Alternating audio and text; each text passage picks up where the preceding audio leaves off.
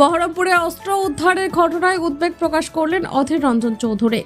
SIR প্রক্রিয়ার ত্রুটি ঠিক করতে মুখ্যমন্ত্রী জ্ঞানেশ কুমারকে চিঠি দেওয়ার কথা উল্লেখ করেছেন তিনি।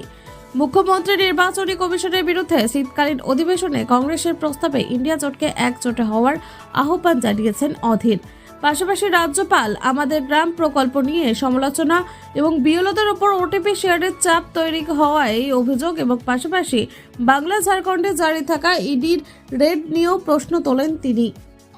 যে হারে বোমা উদ্ধার হচ্ছে, গুলি উদ্ধার হচ্ছে, অস্ত্র উদ্ধার হচ্ছে, গোটা মুর্শিদাবাদ জেলা যেভাবে হিরোইনের কারবারে রমরমা, তাতে বুঝতে তো কোনো অসুবিধা নেই। এই বাংলার আইন শৃঙ্খলার পরিস্থিতি এবং সেই সূত্রে এই মুর্শিদাবাদের আইন শৃঙ্খলা যে কতটা অবনতি হয়েছে তা বুঝতে বাকি নেই। যখন সারা মুর্শিদাবাদ জেলা জুড়ে দুষ্কৃতিকারীরা, নারী পাচারকারীরা, মাদক পাচারকারীরা, জাল নোট পাচারকারীরা, বোমা পাচারকারীরা রমরমিয়ে তাদের ব্যবসা করছে, রমরমিয়ে তাদের কারবার করছে, এ তো হিমশৈলের চূড়া কোথাও একটা দুটো ধরা পড়েছে। মুর্শিদাবাদ ছেয়ে গেছে, আমি বলতে পারি আপনাদেরকে, মুর্শিদাবাদ ছেয়ে গেছে। মাঝে মাঝে পুলিশ কোথা থেকে বোমা উদ্ধারের নাটক করছে, সেই সত্য না মিথ্যা আমাদের জানা নাই। পুলিশের নাটকও আমরা দেখছি, কিন্তু হচ্ছে কেন? প্রিভেন্টিভ মেজার কোথায়? প্রিএমটিভ মেজার কোথায়? তো চলছেই। এসআর তো হওয়াই উচিত ছিল না। তাহলে টঙ্কা বাজিয়ে খোলা মঞ্চে সংবাদ মাধ্যমকে সামনে রেখে যখন এসআর ঘোষিত হলো, তখন বাংলার মুখ্যমন্ত্রী বিরোধিতা করেছিলেন কি বলেছিলেন? এসআর আমি করতে দেব না। সেই বিরোধিতাটা ছিল তার মৌখিক, লোক দেখানো। আসলে বাংলায় এসআইআর সব থেকে সুচারুভাবে, সাবলীলভাবে পরিচালনা হচ্ছে মমতা ব্যানার্জির সহযোগিতায়।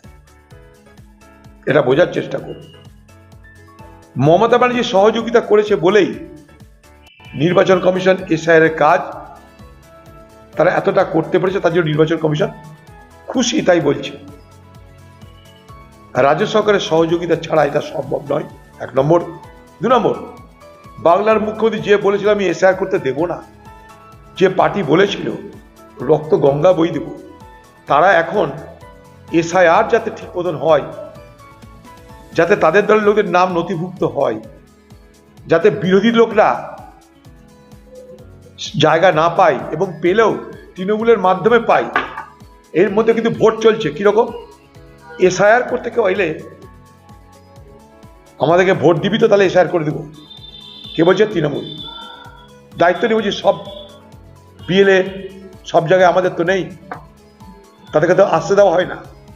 আসতে গেলে পুলিশদের ধমকি দেওয়া হচ্ছে, আর যারা আসছে সাহায্য নিতে তাদেরকে বলে দেওয়া হচ্ছে এসআইআর এর নাম ঢোকাবো, ভোট দিবি তো। তাদের কাছে